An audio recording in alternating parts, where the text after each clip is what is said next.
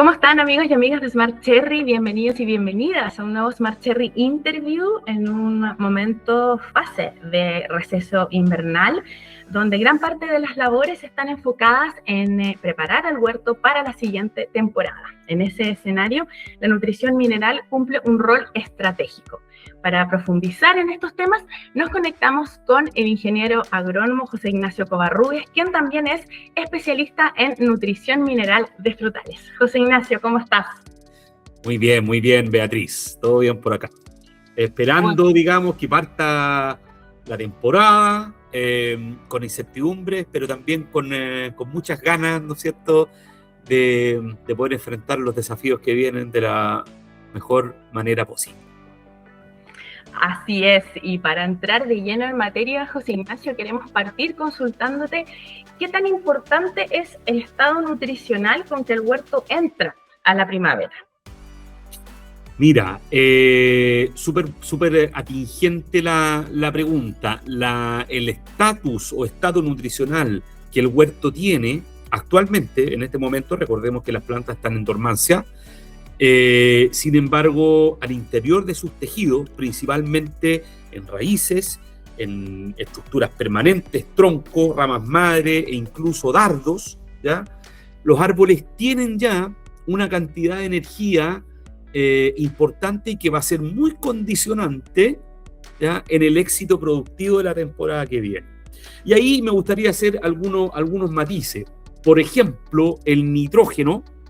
Alrededor de un 60% del nitrógeno que los árboles tenían en sus hojas en el otoño pasado, antes de la entrada en receso, el árbol lo recupera y lo lleva a sus estructuras de reserva. Y ese nitrógeno, ¿ya?, que una fracción muy importante se atribuye a la fertilización post cosecha, que en el caso del cerezo es larga, ¿no es cierto? Dependiendo de la zona, tenemos varios meses para poder preparar esa reserva. Ese nitrógeno se va a utilizar, lo que señala la literatura, un porcentaje no menor, ¿no es cierto?, hasta incluso la cosecha de la temporada que viene, ¿ya? Lo que se sabe respecto al nitrógeno es que cuando los frutos tienen alrededor de unos 5 o 6 milímetros de diámetro, ya las reservas nitrogenadas empiezan a bajar y uno debería ir suplementando, reponiendo el nitrógeno que los árboles necesitan para poder crecer. Otro mineral que se guarda en una fracción menor respecto del nitrógeno en estructuras de reserva es el potasio. No es un 60%, pero sí un 30%. Y eso quiere decir que ese potasio es un activador enzimático, es un nutriente que es muy importante en el metabolismo basal de los árboles, va a ser utilizado en las primeras fases de crecimiento de primavera, y fíjate que coincidentemente con el momento en que bajan las reservas de nitrógeno, también las reservas de potasio empiezan a disminuir en la temporada y debemos ir suplementando conforme la fruta se va desarrollando en dosis crecientes, ¿ok?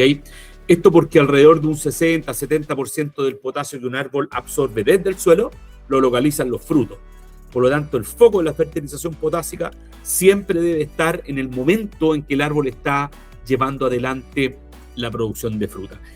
Y aquí quiero comentarles una cosa que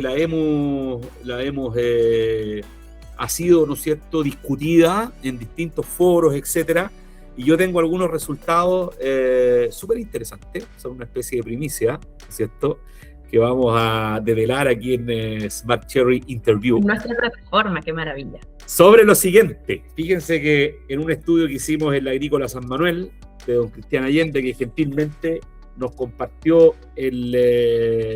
su campo, hicimos aplicaciones de calcio post cosecha.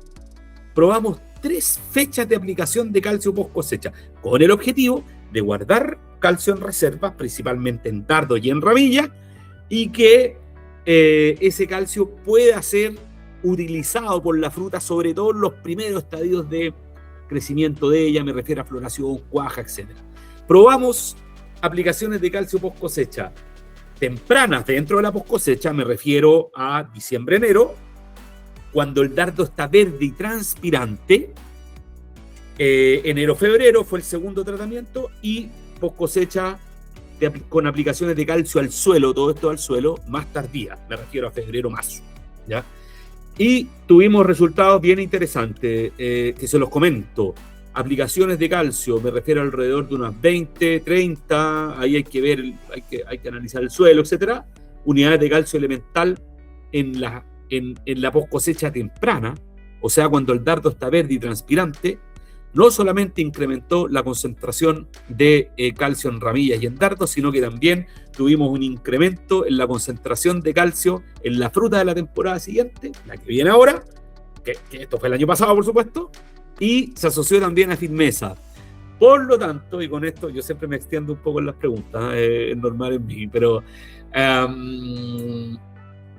es otra estrategia para complementar las aplicaciones primaverales que probablemente en esta temporada que viene, espero equivocarme, van a ser un poco complejas porque hemos tenido mucha lluvia, tenemos suelos anegados y un poco de incertidumbre respecto de cómo hacer las condiciones ambientales y edafoclimáticas para poder hacer tratamientos de calcio al suelo. Ahí hay una alternativa y también la hay para los que producen bajo techo, en donde las aplicaciones primaverales por flujos transpiratorios tempranos suelen ser menos eficaces. Hay una ventana, ¿no es cierto?, para poder incrementar calcio en fruta y firmeza en ese momento. Entonces creo que te mencioné, hablamos de nitrógeno, hablamos de potasio, hablamos de calcio. Y volviendo al foco de la pregunta, es muy importante el nivel, la magnitud en que estos nutrientes están en sus órganos de reserva actualmente para poder, entre comillas, desde el punto de vista nutricional, asegurar una temporada, por lo menos una temporada temprana, después tenemos que intervenir nosotros, adecuada, que los árboles partan bien. Perfecto. Mencionabas calcio, potasio, que son nutrientes sumamente importantes a la hora de nutrir el cerezo. Ahora, José Ignacio, ¿cuál es el mejor momento para revisar y ajustar el programa de fertilización de la temporada? Excelente pregunta también. Bueno, contamos con distintas herramientas de diagnóstico nutricional. Los análisis de suelo creo que son ampliamente conocidos. Se toman en general en invierno, en el momento en que el suelo está siendo menos impactado por acciones antrópicas y el suelo puede mostrar su fertilidad natural. El análisis de suelo, también me gustaría mencionar una cosa. El suelo tiene una capacidad tampón que es muy fuerte. Por lo tanto, en épocas de estrechez, si podemos ahorrar en un análisis, creo que, y tenemos un análisis de temporadas anteriores del suelo, no es la posibilidad de que un suelo cambie su naturaleza de una temporada a otra es muy baja. Los suelos suelen ser muy resilientes. Si un suelo tiene la composición que tiene, la estructura, la textura, la porosidad y todas sus propiedades, es porque durante toda la evolución, con todas las condiciones medioambientales existentes, han propiciado que ese suelo tenga esas características. Y es algo que no vamos a cambiar aplicando un saco de algo. ¿Se fijan? Entonces, ese es un diagnóstico, pero un poco de alivio al bolsillo. Si tenemos análisis anteriores con mucha responsabilidad, me atrevo a decir que son funcionales también para hacer un diagnóstico de esta temporada de la que viene. Luego tenemos los análisis de tejido, análisis foliar, que es importante. En el cerezo se toman en el verano, enero, febrero. A mí me gusta fines de enero, que es un momento en que ya la hoja tiene una edad suficiente, la hoja es un órgano de depósito, por lo tanto ya tiene una madurez suficiente y una estabilidad de los nutrientes muy adecuada para poder comparar esos valores con otros estándares que están publicados en la literatura, que los laboratorios los manejan, etc. Y lo otro es, es un momento muy importante, no se lo salten el foliar. El foliar es como un análisis de sangre. Si uno quiere conocer el colesterol, los triglicéridos, etcétera, hay que analizar lo que está dentro de uno. Entonces, el foliar nos indica eso. Y el análisis de fruta también nos da ciertas luces sobre el estatus nutricional del huerto. Tenemos algunas relaciones que se asocian a variables de calidad en el cerezo, que que es importante considerarla. Y en cuanto a reservas, que eso es de lo que estamos hablando principalmente por la época en que nos encontramos, hay otros análisis como los de arginina, que la arginina es un aminoácido de reserva. Se le llama aminoácido de reserva porque tiene una relación nitrógeno-calcio alta.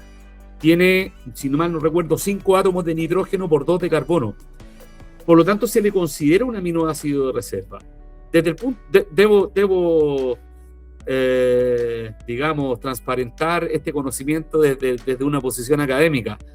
¿Por qué el análisis de arginina no siempre se correlaciona con vigor o con otras variables representativas de la nutrición nitrogenada? ¿Qué creo yo? Uno, porque si bien es un aminoácido que tiene una relación nitrógeno-carbono alta, no es el único aminoácido. Entonces, estamos analizando una parte, no sé si llamarle la punta del iceberg, pero es una parte de algo que es mucho más complejo. Hay otros aminoácidos también que se guardan, etc. Y lo segundo es la técnica del muestreo. La composición y concentración de aminoácidos va cambiando en función de el tipo de tejido que tú muestreas, ¿ya? La edad de la raíz, etc. Entonces, voy a ser honesto también, ¿eh? Yo creo que siempre es mejor tener datos que arrepentirse de no haberlos tomado. Pero yo, en mi humilde opinión, creo que al análisis de arginina le falta todavía un poquitito de trabajo para poder ser un indicador más fidedigno de cómo se encuentra el árbol. Y hay otros análisis también, los análisis de almidón, son azúcares, que también nos pueden dar ciertas luces sobre el estatus o estado nutricional de un huerto y cómo es su chasis energético en el fondo para poder partir y enfrentar la temporada.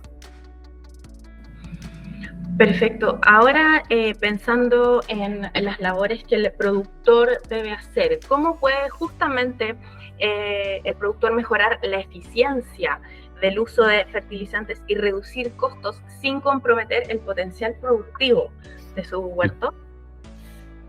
Mira, yo creo que eso es algo que es un tema que vamos a tener que todo en conjunto ir afinando cada vez más por la situación, ¿no es cierto?, por la realidad económica que está enfrentando la cereza hoy en día, pero no solo la cereza. Yo creo que ser eficiente es algo que tenemos que hacerlo siempre, ¿ya?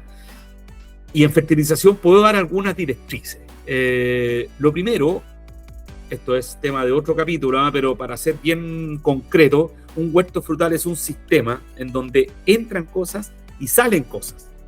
A través de la fertilización nosotros tenemos que reponerle al huerto al menos lo que se va en la fruta para mantener el sistema en su fertilidad original y no ir desgastando el suelo, ¿ya? Ahora, por ejemplo, conocemos ya la extracción que tienen los frutos para nitrógeno, para potasio, para la mayor parte de los minerales. Si nos vamos, por ejemplo, al potasio, son alrededor de 2,5 kilos de potasio por tonelada de fruta producida. Eso quiere decir que si es que yo produzco 20 toneladas por hectárea en una Lapins, por ejemplo, son 50 kilos de nitrógeno lo que se están yendo del huerto. ¿Tengo que aplicar 50? No, porque debajo el denominador de ese numerito es la eficiencia, que es de todo lo que yo le doy al huerto, cuánto es lo que el huerto, los árboles realmente absorben y cuánto de eso localizan en la fruta. Y ese numerito hay que trabajarlo. ¿Por qué? Porque si ese numerito que se llama eficiencia es un 50%, por ejemplo, de todo el potasio que yo doy, poniendo como ejemplo el potasio, las plantas toman solamente un 50%, para reponer esa demanda, que dijimos que era de 50 kilos por hectárea, tengo que aplicar 100. Mientras más elevado es ese numerito que se llama eficiencia, menor es la dosis de aplicación. ¿Cómo hacerlo? Y hay varias estrategias. Lo primero es regar bien. Eso es fundamental. Y cada vez más, riegos que permitan mojar el bulbo de raíces, no más, tampoco menos, a través de tiempos de riego y frecuencias de riego adecuadas para mi huerto, que a veces los cuarteles son distintos, ¿ya? Si estoy regando más de la cuenta, también el fertilizante se va a ir más abajo. ¿Se fijan? Entonces, eso es uno. Dos, a través de la inyección de los fertilizantes, colocar el fertilizante concentrado en el bulbo raíces.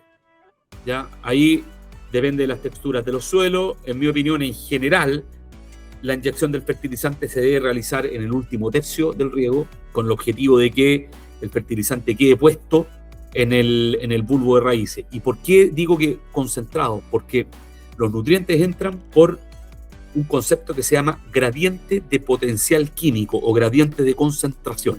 Mientras mayor es la concentración en el suelo, la velocidad de absorción va a ser mayor. Entonces, es importante no aplicar el fertilizante en todo el tiempo de riego, porque si está muy diluido, la velocidad de absorción es menor y voy a estar botando más fertilizante. ¿Se fijan? Entonces, en eso, ustedes, bueno, quienes me conocen saben que yo soy muy partidario de ir parcializando la fertilización conforme la temporada va avanzando, pero fíjense en esto, dentro de esa parcialización, yo soy partidario de ir dando golpecitos. Por ejemplo, si esta semana por calendario tengo que aplicar 20 unidades de potasio por hectárea a mi huerto, yo prefiero aplicar esas 20 unidades una vez, concentrado, que estarla dividiendo en todos los riegos muy diluido. ¿Ya? Eso, y créanme por favor, va a ayudar a aumentar la eficiencia, porque la velocidad de absorción va a ser mayor y los árboles van a tomar más el fertilizante que ustedes le están dando, y eso les va a permitir a ustedes bajar las dosis.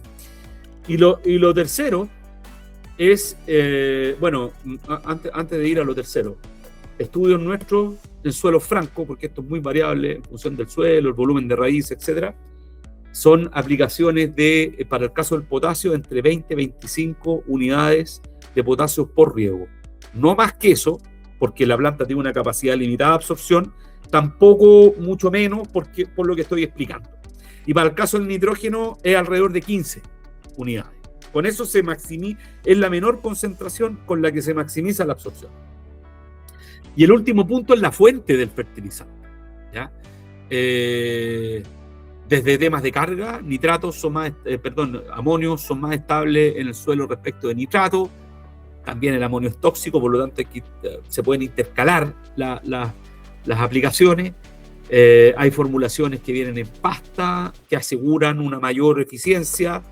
En fin, estudiar ese tema, ya no cualquier cosa. Ahora también hay otra cosa que si tengo esta plataforma me atrevo a decir: evalúen los costos, porque a veces nos venden algo que, oye, sí, aplica tal formulación que es mucho más caro, pero la eficiencia es mucho mayor. A veces ocurre que esa mejora en la eficiencia, o sea, el gasto en el precio no justifica necesariamente la eficiencia en la fertilización. Entonces es algo que hay que evaluar. A veces con pequeños cambios en la forma de aplicación, ¿ya?, permiten hacer una fertilización que sea más eficiente, por lo tanto más sostenible desde el punto de vista ambiental y desde el punto de vista económico. Eso. Importantes recomendaciones que nos entrega el ingeniero agrónomo y académico de la Universidad de Chile y José Ignacio Covarrubias en el ámbito de la nutrición mineral en cerezos. José Ignacio, muchísimas gracias por conversar con nosotros nuevamente en Smart Cherry. Gracias a ti, Beatriz. Que estén todos muy bien y que tengamos una excelente temporada, todos.